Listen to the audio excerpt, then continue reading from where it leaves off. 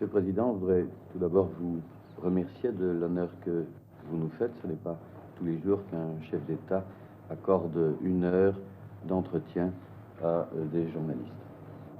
Et puis d'emblée, si vous le voulez bien, dans le sujet, pendant votre congrès, pendant le congrès du mouvement populaire de la Révolution, il a été beaucoup question de l'authenticité. On en parle en Belgique depuis pas mal de temps déjà. On sait que les noms des rues ont été souvent changés, à Kinshasa et dans les autres villes du Zaïre. On a enlevé des statues aussi. On a changé les prénoms. Est-ce que vous pourriez expliquer le pourquoi de cela? C'est facile à expliquer, Monsieur François, parce que l'authenticité, c'est quoi? D'abord, pour nos Zaïrois, c'est une question de dignité. C'est le respect dû à ses origines. Le Belge, pour moi, doit être un authentique. Le Français doit l'être aussi. Tout comme l'Anglais, l'Italien. Chaque peuple doit respecter ses origines. Je crois que c'est vraiment clair. Et ça nous permet à nous aussi, je vous le dis sans complexe, mais nous devons, nous autres anciens colonisés, nous décomplexer aussi avec cela. Éviter tout ce qui nous a été légué, qui me paraît à moi franchement être une espèce de coloration. Tant qu'à faire, Monsieur le Président, on peut dire que les Zaïrois aujourd'hui recherchent leur personnalité et qu'ils préfèrent le prénom d'un de leurs ancêtres que de s'appeler comme il y a quelques années être ce Émile Zola, par exemple. Être ce qu'ils sont, tels qu'ils sont, mais pas comme on voudrait qu'ils soient. C'est tout, c'est ça l'authenticité. Est-ce qu'à travers l'authenticité, Monsieur le Président, je vais un peu enchaîner, vous avez fait allusion aux prénoms. Mais les prénoms, comme vous le savez, c'était des noms propres de certaines personnes qui ont vécu comme vous et moi dans ce monde. Et l'Église catholique elle-même baptisait comme pendant plus de 1000 ans. On venait trouver n'importe qui. Mobutu, je te baptise au nom du Père et du Fils et du Saint-Esprit. François, je te baptise au nom du Père et du Fils et du Saint-Esprit. Ce n'est qu'après plus de 1000 ans d'existence que l'Église a trouvé que certaines de ces personnes auxquelles je fais allusion ici se sont très bien comportés ici-bas. Bon, ils sont canonisés, ils sont saints, ils sont au ciel. Bon, leurs noms devenaient des prénoms. Alors, moi, voyez-vous, je suis zaïrois, africain, bantou. Comment voulez-vous que je puisse porter un nom juif, moi qui ne suis pas juif? Connaissez-vous un seul juif au monde qui porte un nom zaïrois? Et pourquoi moi?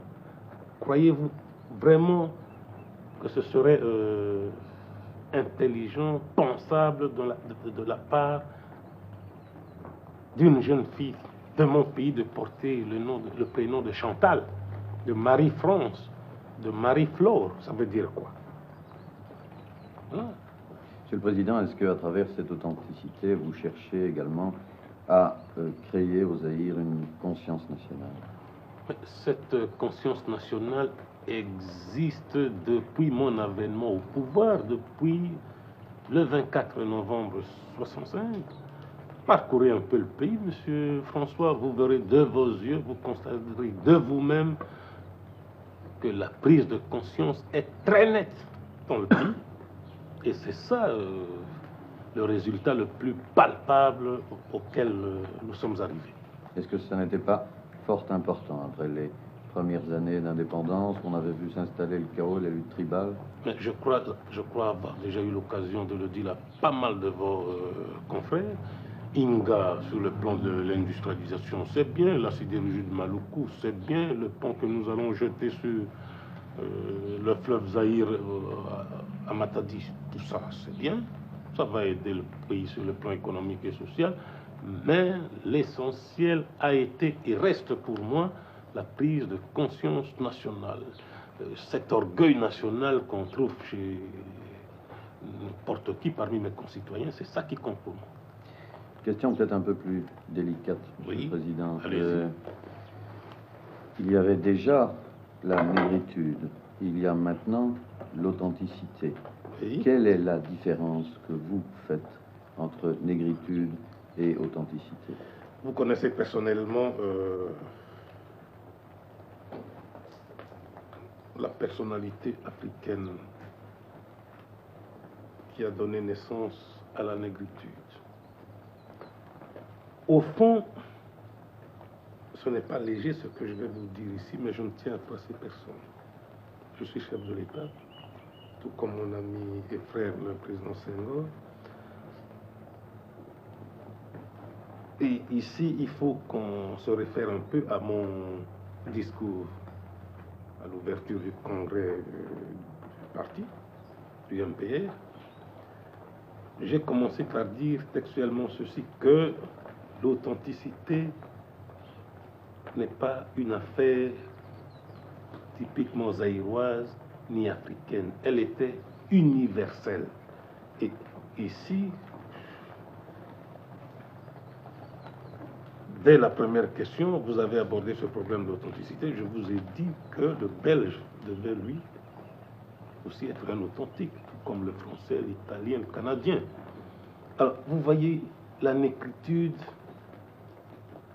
vise le mot nègre, donc un groupe bien donné. C'est limité à un groupe racial. Voilà. Et pendant ce temps, les choses étant ce qu'elles sont, l'Afrique n'est pas habitée seulement par des nègres. Prenez nos amis et frères nord-africains, ce sont des Africains. Ils sont là où ils sont. Comment voulez-vous, dans le contexte actuel, parler de la négritude? Défendre les seuls nègres, défendre l'art nègre, c'est dépassé, c'est mon opinion. Mais l'authenticité,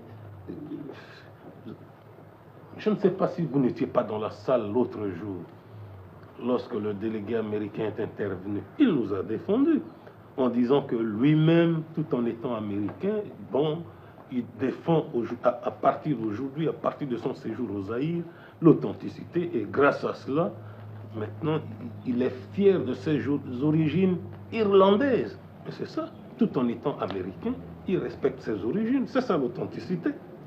On a écrit parfois en Belgique, Monsieur le Président, ces derniers mois, que, entre guillemets, vous aviez inventé l'authenticité pour camoufler aux yeux de la population une situation économique difficile. Je crois, mon cher François, vous avoir dit cela. Connaissez-vous un seul pays au monde qui n'a pas de difficultés économiques, qui n'a pas de difficultés d'ordre financier, qui n'a pas de difficultés d'ordre social? Ça n'existe pas au monde. Prenez le cas du Zaïre. On a même tort en Belgique de se frotter le main lorsqu'il y a des difficultés ici. Mais l'authenticité n'a rien à voir avec les difficultés financières. Ces difficultés financières auxquelles on fait allusion. Mais ça touche tout le monde depuis la crise du dollar. Ça, vous le savez, je n'invente rien. Et puis, en Belgique, il suffit simplement qu'on ouvre les pages financières et boursières de chaque journal, qu'on dise « Ah, le cuivre baisse », et dit « Bon, ça y est, on va voir avec Mobutu, on s'en réjouit ». Je ne sais pas pourquoi et pour quelle raison. Mobutu n'est pas le seul producteur de cuivre au monde. Le Chili produit le cuivre, le Pérou, le Canada, les États-Unis, la Zambie, pas mal d'autres pays. Mais en Belgique, on ne voit que le métal rouge lorsqu'on veut parler de Mobutu ou de ses difficultés. Mais l'authenticité existe. Je la prêche depuis le commencement, depuis le 20 mai 1967, date où a été créé le mouvement populaire de la Révolution. Alors même que les cours du cuivre étaient encore très élevés. cours de cuivre en cette année avait atteint même, si j'ai bonne mémoire, 90 000 francs belges la tonne. Alors, à ce moment-là, je fais ici allusion à la création du MPE, nous avons lancé le fameux slogan qui est devenu notre doctrine de base, le fondement de base, le principe de base du MPE. Ni à gauche, ni à droite, mais le nationalisme, à l'époque nous disions congolais authentique, aujourd'hui le nationalisme zaïrois authentique, nous le disons depuis 5 ans. Ce n'est pas une nouvelle invention. Lorsqu'on dit nationalisme zaïrois authentique et lorsqu'on dit authenticité, où est la différence? Monsieur le Président, à propos de vos difficultés économiques, vous avez, dans le discours que vous avez prononcé au Congrès, vous avez parlé de certaines mesures que vous comptiez prendre, notamment en ce qui concerne ce que vous avez appelé les intermédiaires inutiles, les agents d'importation ou d'exportation qui se trouvent dans certains pays et qui rentrent ou sortent d'ici des marchandises qui proviennent d'autres pays que le leur. Oui.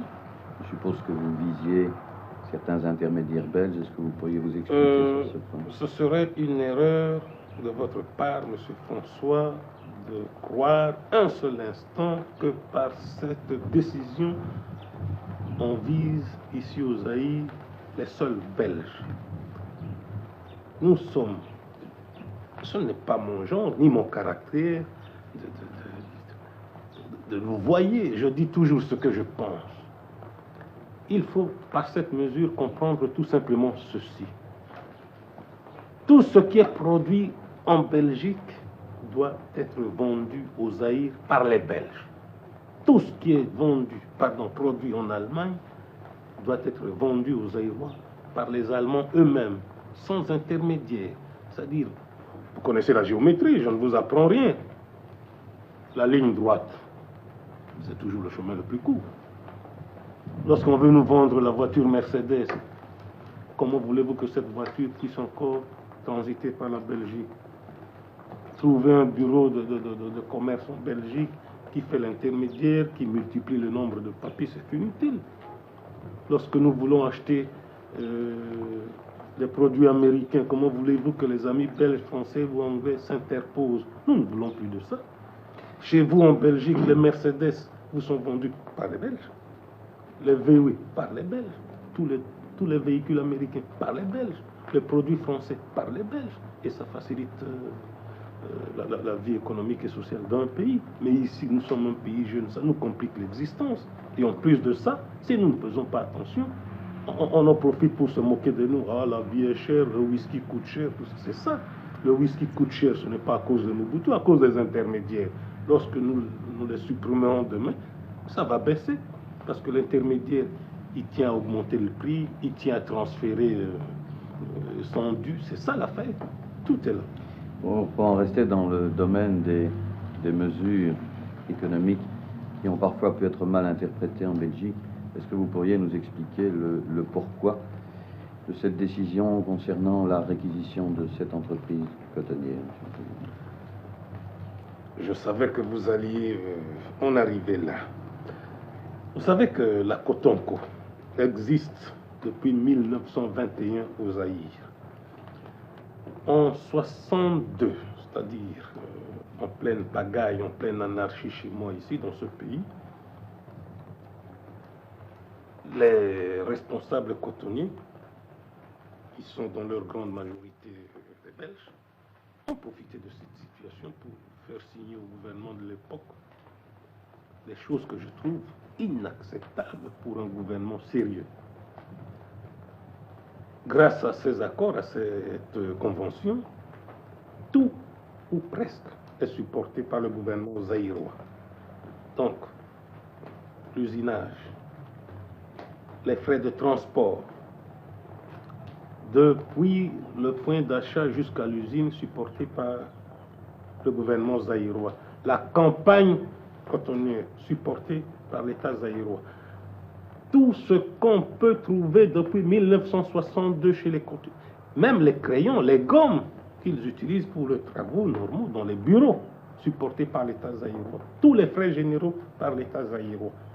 C'est inadmissible pour un pays jeune, sous-équipé, comme je l'ai dit l'autre jour. Nous avons dit non, nous avons renoncé à cela. Un exemple type, dans la région de l'Équateur, à Businga, une usine est tombée en panne depuis 4-5 ans. Pour son remplacement, il fallait simplement sortir 5 millions de francs belges pour la remettre en état. Mais nos amis ne l'ont pas fait.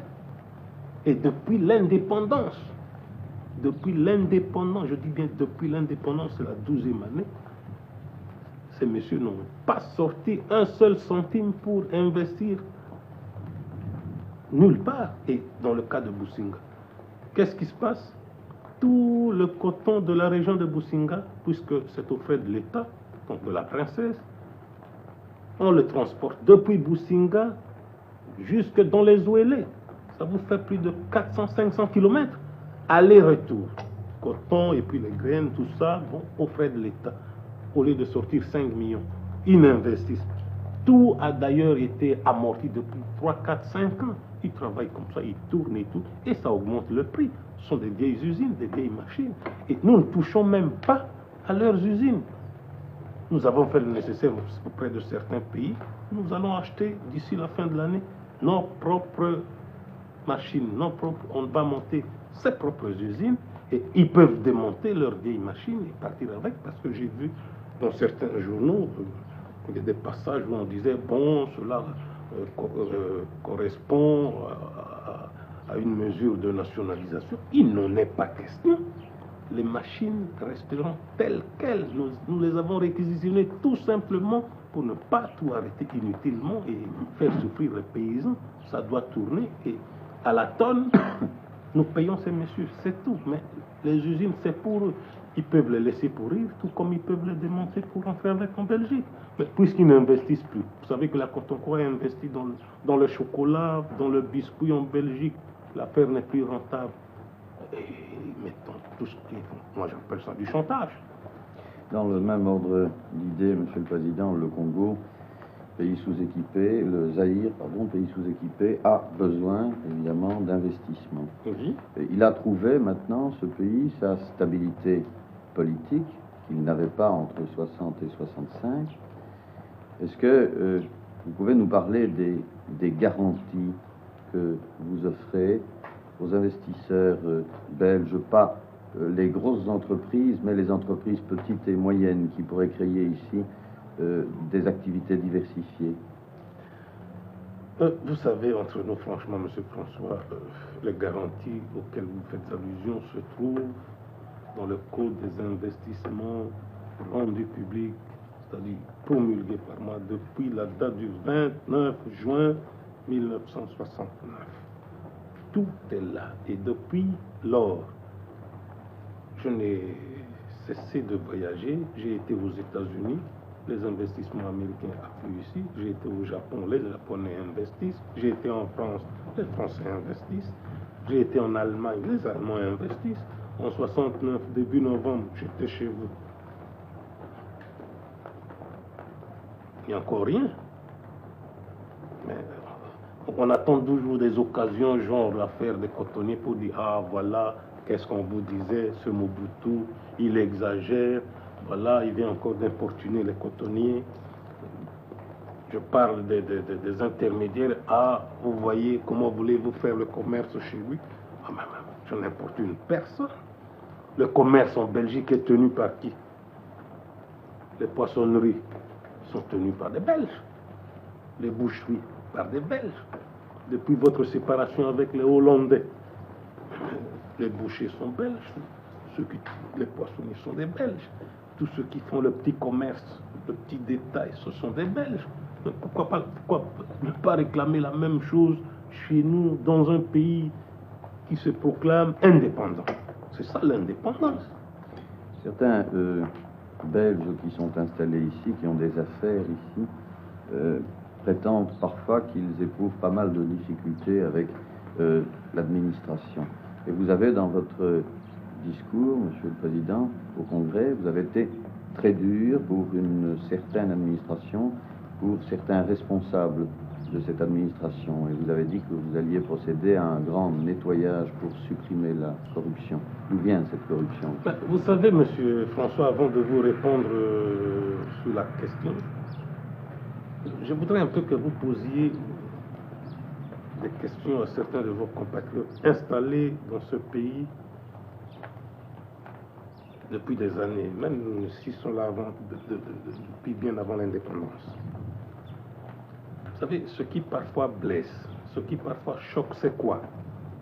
C'est de constater que chaque fois il y a des manchettes dans les journaux, dans la presse chez vous, lorsqu'il y a une affaire genre ce qui s'est passé en 67 avec l'ex-Union minière, l'ex-Socobank, devenue depuis lors la Banque du Peuple, une affaire genre la Cotonco. Mais jamais une seule fois, je dis bien jamais une seule fois, un petit entrefilet, un petit articulé pour dire ah voilà, grâce à l'intervention efficace de Mobutu, les forces de l'ordre sont arrivées, sont intervenues, bon voilà, tel colon installé là-bas, maintenant la vie sauve, ah bon, on a fait ceci, Mobutu vient de signer une ordonnance pour permettre aux banques privées d'avancer des crédits à telle entreprise agricole, tout ça. Rien, absolument rien. On attend toujours. Lorsqu'ils savent eux-mêmes qu'ils sont responsables, mais pas Mobutu. Mobutu est un nationaliste. Mobutu n'est pas là pour faire plaisir. Mobutu est là pour défendre les intérêts de son peuple. C'est ça, c'est ce qui devait être compris une fois pour toutes. Vous avez connu l'affaire VE avec la maison d'Itraine Frère chez vous. Mais enfin, lorsque je lis certaines bévues dans la presse, ça choque inutilement. Mais n'exagérons pas, depuis 2 bons mois, depuis 3 bons mois, les choses ont l'air de très bien marcher. S'il n'y avait pas cette malheureuse affaire Cotoni, ex-Cotonco, mais là aussi, ces messieurs ne peuvent pas avoir des inquiétudes. Leurs usines sont leur propriété. C'est à eux, ce n'est pas à nous. Nous n'allons pas y toucher. On a réquisitionné ces affaires uniquement dans le but de faire, de traiter le coton, c'est tout. Et nous avons passé des commandes, d'ici quelques mois, nous aurons nos propres usines. Ils peuvent garder sur place leurs usines ou bien les démonter, aller avec en Belgique, traiter le coton là-bas sur place.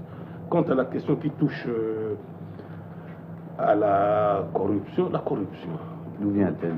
Ah, oui, mais ce n'est pas un mal propre à la République du Zaïre ou aux seuls Zaïrois. C'est un mal qu'on trouve partout, dans n'importe quel pays au monde, même chez vous.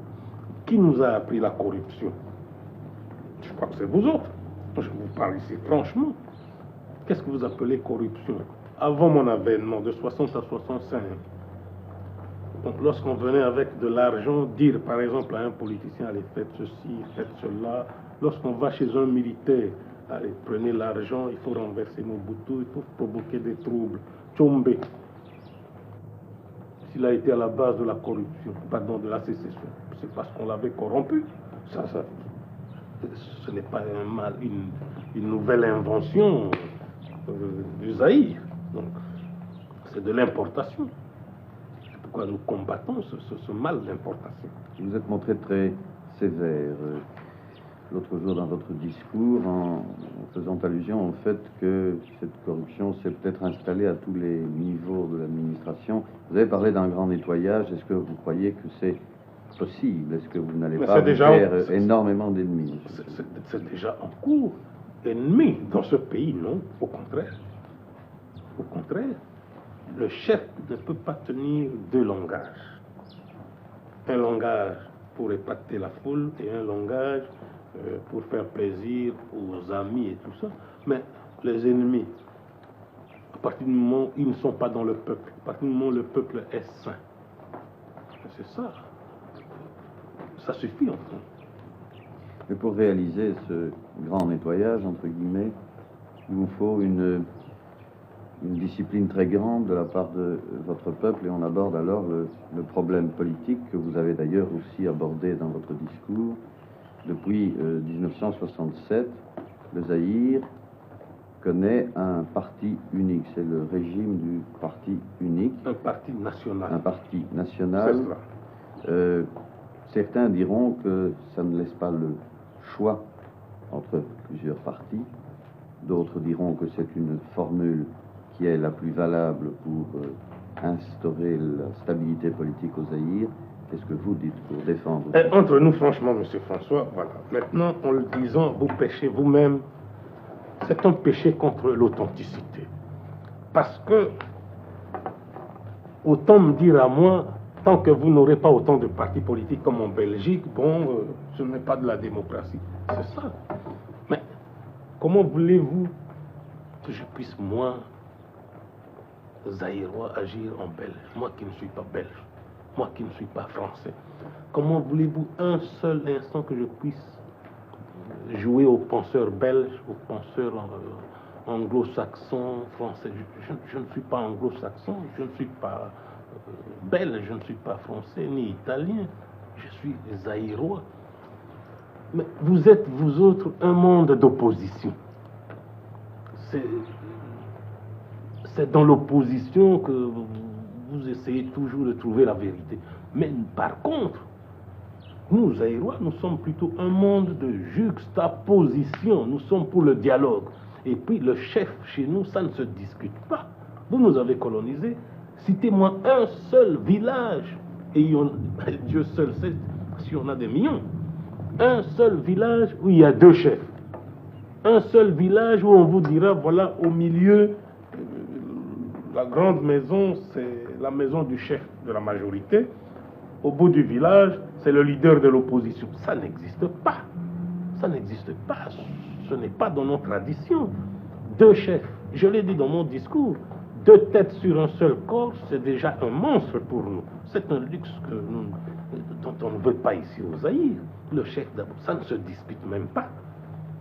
Donc pour vous, tant que les gens de l'opposition n'auront pas sifflé Mobutu, n'auront pas jeté des pierres sur la voiture de Mobutu, donc la démocratie n'existe pas au Zaïre. Mais le jour où on proclamera pour le Zaïre 4 partis politiques, allez, pam, pam, pam, les caméras arrivent, les caméramens pour filmer, bagarre au Zaïre, le Parti démocrate chrétien, majoritaire, le Parti socialiste en seconde position. Ce n'est pas propre aux Zaïrois, ce n'est pas propre aux Bantous que nous sommes. Nous ne sommes pas belges. Vous risquez de pécher contre l'authenticité. Laissez-nous vivre comme nous l'entendons. Prenez-nous tels que nous sommes. Pas comme vous voudriez que nous soyons. Par contre, vous avez répondu aussi au cours du congrès à ceux qui pourraient penser que votre régime étant basé sur un parti unique, que ce régime ressemble à certains régimes que l'on connaît, et on pense surtout au régime de l'Est. Et même là-dessus, mon cher François, le Zaïre est un cas à part. On ne peut pas nous comparer avec n'importe quel pays. Citez-moi, par contre, un seul pays en Afrique, je ne dis pas au monde, mais en Afrique, où vous avez un militaire à la tête du pays, où dans le bureau politique, pas un seul militaire. Au sein de l'équipe gouvernementale, pas un seul militaire. Dans l'administration, aucun militaire. À la tête des provinces, des districts, des territoires, aucun militaire. C'est ça la démocratie à la zaïroise. Pas nous. Nous sommes un cas à part. Précisément, monsieur. Vous me tranchez la tête aujourd'hui. Plus d'un militaire au pouvoir. Le militaire, ce qui l'intéresse aux Zaïre, c'est la caserne, c'est le maintien de l'ordre, la sécurité. Un point, c'est tout. Le militaire ici, ce n'est pas pour le gouvernement, le bureau politique, être gouverneur. Non, sa caserne, son canon, sa mitrailleuse. Et en plus de ça, l'éducation populaire, civique, qui lui est donnée. Parce que nous sommes la seule armée au monde où il existe une direction de l'agriculture. Autour de chaque camp, de chaque campement, vous avez des élevages. On cultive. Il a là-haut et il a le fusil. Tantôt, on fait passer là-haut à la main gauche le fusil, main droite, et puis le lendemain le contraire. Voilà le militaire zaïrois. C'est unique. Vous répondez peut-être déjà à la question que je voulais vous poser, Monsieur le Président. En fait, c'est le général Mobutu, à l'époque, qui a pris le pouvoir en 65, alors que le pays était plongé dans le chaos. Et le général Mobutu, c'était un militaire, et pendant 2 ans, on a pu penser que l'armée avait réinstallé l'ordre dans ce pays. Et puis, il y a eu le mouvement populaire de la Révolution que vous avez créé. Alors, est-ce qu'il n'y a pas danger de voir s'installer un mauvais esprit entre le mouvement populaire de la Révolution d'une part et l'armée d'autre part, qui pourrait se sentir frustrée puisque c'est elle qui vous a placé au pouvoir? Mais, encore une fois, voyez-vous, monsieur... Vous allez me dire que je raisonne à l'occidental. Mais c'est ça justement. Ici, au Zaïre, nous sommes une société intégrée. Intégrée veut dire que le militaire ne forme pas une caste à part. Le civil n'est pas à part. Tout le monde dans une même et seule famille que nous appelons la nation zaïroise, avec un seul chef. Le but à atteindre est le même pour tout le monde. La sécurité, c'est l'affaire du militaire et de tout le monde. L'industrialisation, bon, le gouvernement s'en occupe, tout comme la planification, c'est l'affaire de tout le monde. Personne n'a le droit de dire si ça va mal, ah, c'est la faute des militaires, parce qu'ils n'ont pas très bien assuré la sécurité. La jeunesse fait la sécurité. Chaque citoyen de la République fait la sécurité. C'est l'affaire de tout le monde. Si l'agriculture va mal, c'est l'affaire de tout le monde, parce que le militaire s'occupe de l'élevage aussi, s'occupe de l'agriculture aussi. C'est l'affaire de tout le monde.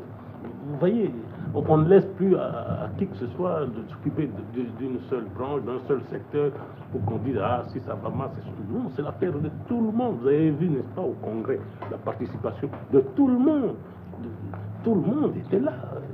Le syndicaliste, le militaire, l'inspecteur de la police, l'ambassadeur, le gouverneur, l'administrateur de territoire, le commissaire de district, tout le monde.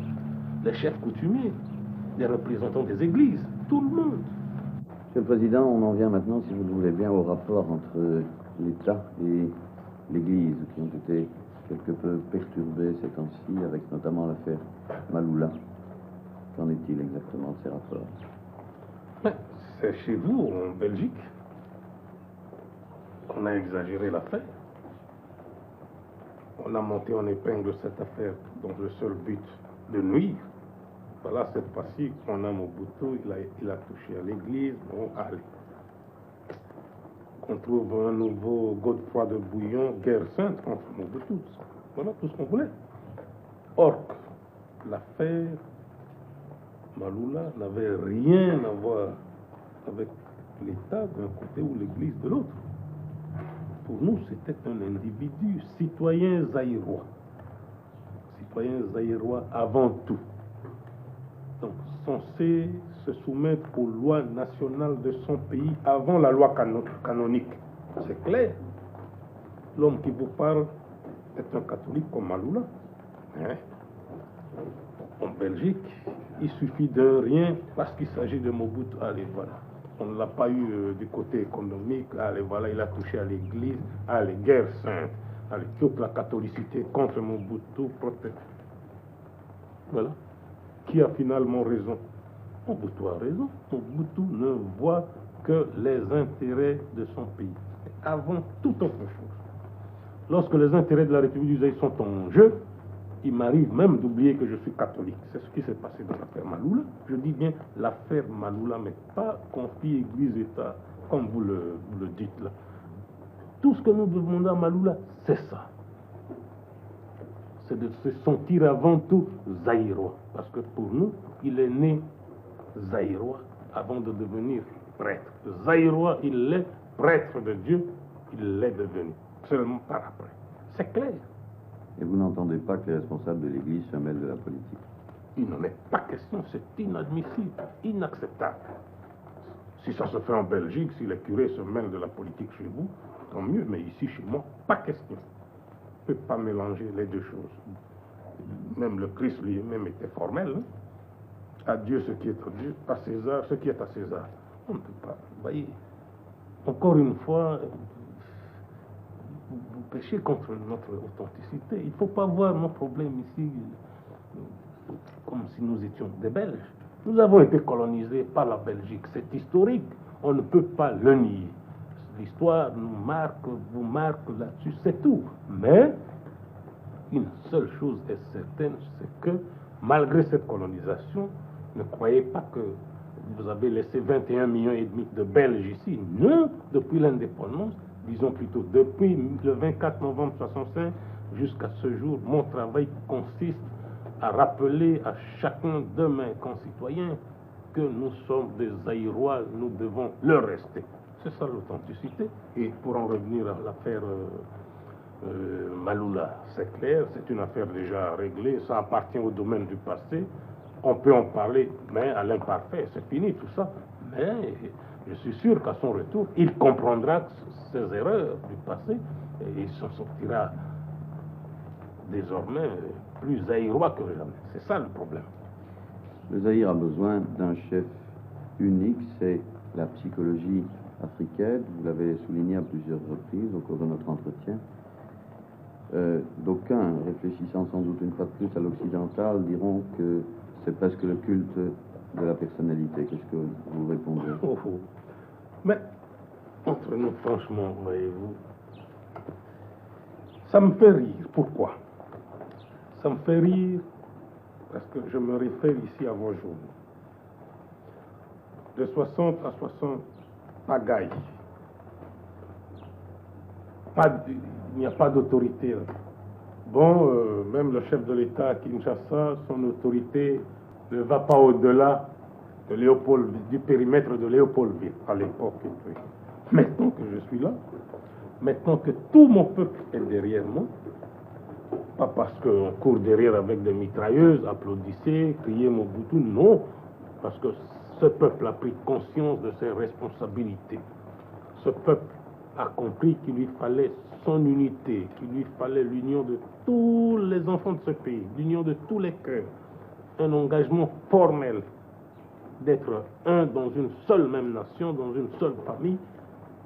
Maintenant, ça ne va pas, dictature, culte de la paix. Mais quel culte?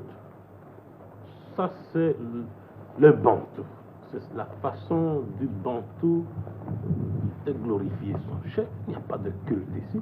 On ne court pas derrière qui que ce soit, applaudissez, vous n'avez pas crié fort.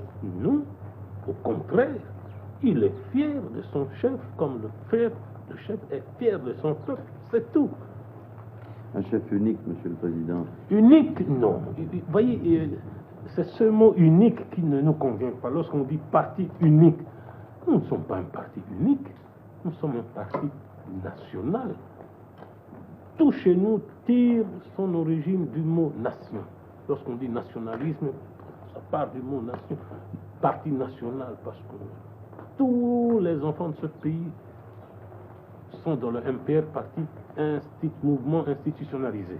C'est ça, unique, chef unique, vous voyez, à l'occidental, oui, mais à la zaïroise, non. Alors disons tout de même que vous êtes le seul chef, mais est-ce que Mobutu, le seul chef, n'est pas aussi très seul lui-même? On a parlé de Mobutu, l'homme seul. Si vous dites le seul chef ou le chef unique, si vous dites incontesté, oui, il n'est pas contesté par son peuple, c'est ça. Unique, comme si c'était un chef imposé. En 65, oui, je me suis imposé pour mettre fin à l'anarchie à Pagaille. Et ce que j'avais dit à mon peuple, le dimanche 12 décembre 65, lors de mon premier meeting populaire à l'actuel stade du 20 mai, était très valable. Ça émanait d'un soldat lorsque je dis que c'était pour 5 ans. Mais les choses ont évolué rapidement et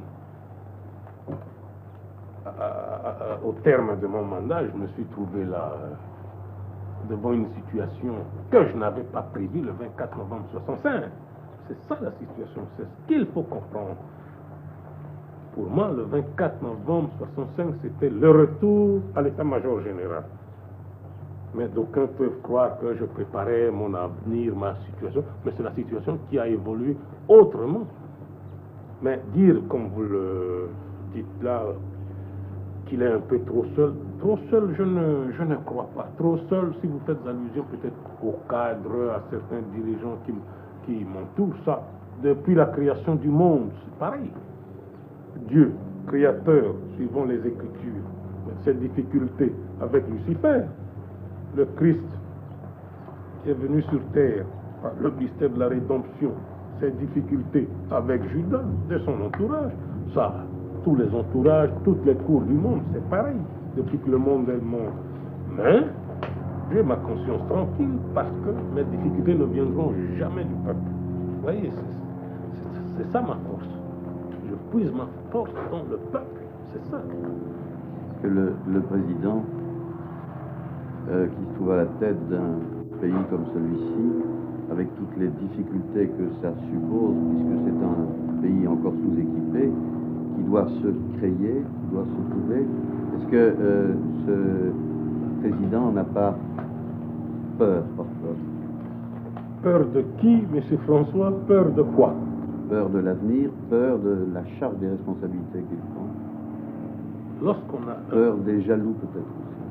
Lorsqu'on a un peuple comme le mien, on s'en fout du reste. Je dis un peuple comme le mien. Parce que au moindre geste, ce peuple sera debout comme un seul pour se ranger derrière moi et qu'on avance dans la bataille. Alors avec ça, je ne peux pas avoir peur. Et ma conscience ne me reproche absolument rien.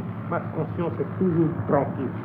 Parce que j'ai de la confiance de tout mon peuple, indistinctement. Vous voyez, vous avez combien de tribus dans ce pays? Combien de dialectes dans ce pays? Et lorsque vous arrivez n'importe où, dans n'importe quelle collectivité locale, dans n'importe quelle circonscription, dans n'importe quel territoire, district, province, dans n'importe quelle tribu, clan et tout ça, on ne discute pas Mobutu. Mobutu, c'est l'affaire de tout le monde. Et c'est ça la force de Mobutu. On ne peut pas avoir peur de qui que ce soit ou de quoi que ce soit. Je voudrais en revenir un peu à la Belgique, Monsieur le Président. Oui. Vous dites qu'on vous critique souvent en Belgique. On pourrait peut-être dire aussi que lorsque quelque chose ne va pas au Zaïre, on a tendance plus facilement à accuser les Belges que les autres étrangers qui se trouvent ici. Est-ce que ça n'est pas dû au fait qu'il y a des liens particuliers qui lient les Belges et les Zaïrois et que qui aiment bien châtient bien? Oui, il y a un peu de cela. Vous avez raison, c'est vrai. Mais ce que nous n'avons pas toujours supporté, c'est l'ingérence par trop manifeste. Je ne dis pas des Belges, mais de certains Belges dans nos affaires. Vous avez parlé, il y a quelques instants, du coton et des cotonniers. Oui, lorsqu'une affaire de ce genre arrive, tout de suite monter en épingle et on présente l'affaire au peuple belge comme si c'était une guerre, une affaire dirigée contre le peuple, or que c'est une affaire de 7, 8, 9, 10 messieurs par maximum. Il m'arrive souvent, presque tous les jours, disons-le, de lire les pages économiques et financières de vos journaux. Qu'est-ce que j'y trouve? Bon, 9 messieurs représentant X centaines de milliers d'actions se sont réunis et c'est ça l'Assemblée générale. 9. Alors, de quel droit est-ce que ces 9 messieurs peuvent-ils parler au nom de 9,5 millions de peuple belge, de la population belge? C'est ça où il y a le hiatus. Mais très franchement, Monsieur le Président, est-ce que quelques lignes de critique dans n'importe quel petit journal belge ne vous font pas plus mal que tout un article dans un journal français ou américain? Non, voyez-vous, vous souffrez, vous autres Belges, encore de ce complexe de colonisateur. Je suis sûr que vous n'êtes pas encore tout à fait guéri. Mais par contre, le complexe de coloniser n'existe plus au Zaïre. Pour nous, c'est l'indépendance. Et puis, Ça nous suffit. Et nous voyons cette indépendance de la manière suivante. L'indépendance pour nous, c'est comme ce qui existe entre vous, Belges, et les Hollandais. Vous avez été sous leur domination depuis 1830. C'est terminé, on n'en parle plus. Et vous êtes dans le Benelux avec les Hollandais. Vous êtes dans le marché commun avec les Hollandais. Vous êtes dans l'OTAN avec les Hollandais. On a mis, c'est tout. Voilà. Il faut que ce soit la même chose entre Belges et Zaïrois. Vous n'êtes pas d'accord avec moi là-dessus? Si, Entre Britanniques et Américains, c'est la même chose. Mais vous croyez que les Américains sont... les Anglais sont froissés parce que les États-Unis, leur ancienne colonie, maintenant, ça passe comme la première puissance militaire, économique du monde avant eux. Ils sont froissés avec ça. Ne croyez-vous pas, Monsieur le Président, que dans l'avenir, les Belges seraient très fiers si le Zaïre devenait le premier pays de l'Afrique? Ah non, il ne faut pas dire dans l'avenir, tout de suite. Maintenant, au moment où nous parlons, il faut que notre réussite, notre succès puisse être un motif de fierté pour nos amis belges. Il ne faut pas que, parce qu'on n'a pas réussi avant l'indépendance à construire Inga, Mobutu le fait, bon, il faut bouder. Ah non, il faut plutôt s'en féliciter. Dire, voilà, un ami, nous l'avons colonisé, mais maintenant, ça peut être un motif de fierté. Regardez un peu ce qui se passe autour de nous ici en Afrique. Chez les autres, lorsqu'il y a un succès, comme ce qui se passe ici chez nous, mais leurs anciennes puissances et tout ça sont fiers et contents de cela. Mais tout ce que nous demandons, et pour moi, c'est un message que je vous demande de transmettre au peuple belge, à commencer par les souverains belges qui sont des amis du président Mobutu et de sa femme. Ma femme est déjà chez vous pour la première communion de mes deux garçons demain. Qui sont en Belgique, oui, alors que vous pourriez les passer à Paris ou à Genève. Saint-Michel, puisque je paye moi-même, je peux les envoyer en Suisse, au Canada, en France, mais ils sont chez nous depuis l'indépendance. Alors vous voyez que c'est un signe manifeste d'amitié. C'est cela. Que toutes nos réalisations, dont quelques-unes sont spectaculaires, je parle ici d'Inga, je parle ici de Mabuku, de la Sylvie, tout ça, que ce soit vraiment un motif de fierté en disant, voilà, nos amis en Afrique, au cœur de l'Afrique, bon, sont devenus une puissance économique, une puissance, mais pas qu'on se réjouisse de nos difficultés passagères, les économistes diraient conjoncturelles. Voilà. Je vous remercie.